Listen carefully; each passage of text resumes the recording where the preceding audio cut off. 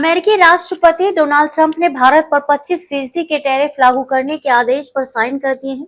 इस बीच भारत ने एक बहुत बड़ा फैसला लिया है। एक रिपोर्ट के मुताबिक मामले से परिचित अधिकारियों ने नाम न बताने की शर्त पर कहा कि भारत अमेरिका से F-35 स्टील्थ लड़ाकू विमान नहीं खरीदेगा।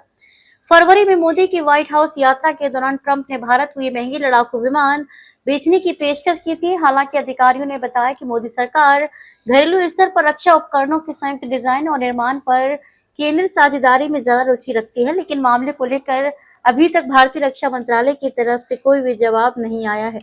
अमेरिका की ओर से टैरिफ लगाने के बाद भारत अमेरिका को संतुष्ट करने के लिए विकल्पों पर विचार कर रहा है, जिसमें अमेरिकी आयात को बढ़ावा देना भी शामिल है। हालांकि भारत ने राष्ट्रपति डोनाल्ड ट्रंप की 25% टैरिफ के फैसले पर जवाबी कार्रवाई से इनकार कर दिया है।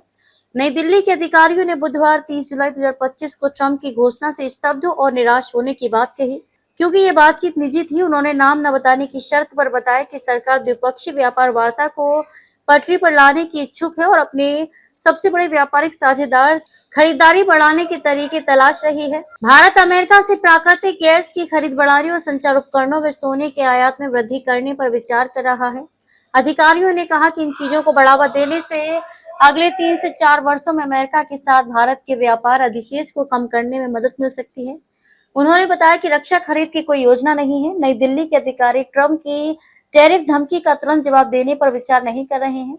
सरकार ने विश्व व्यापार संगठन में अपनी पसंद के समय पर स्टील और ऑटोमोबाइल पर बढ़े हुए अमेरिकी शुल्कों का जवाब देने का अधिकार पहले ही सुरक्षित रख लिया है। भारत के वाणिज्य मंत्री पीयूष गोयल ने कुछ दिन पहले ही वॉशिंगटन के साथ व्यापार समझौता होने का विश्वास जताया था।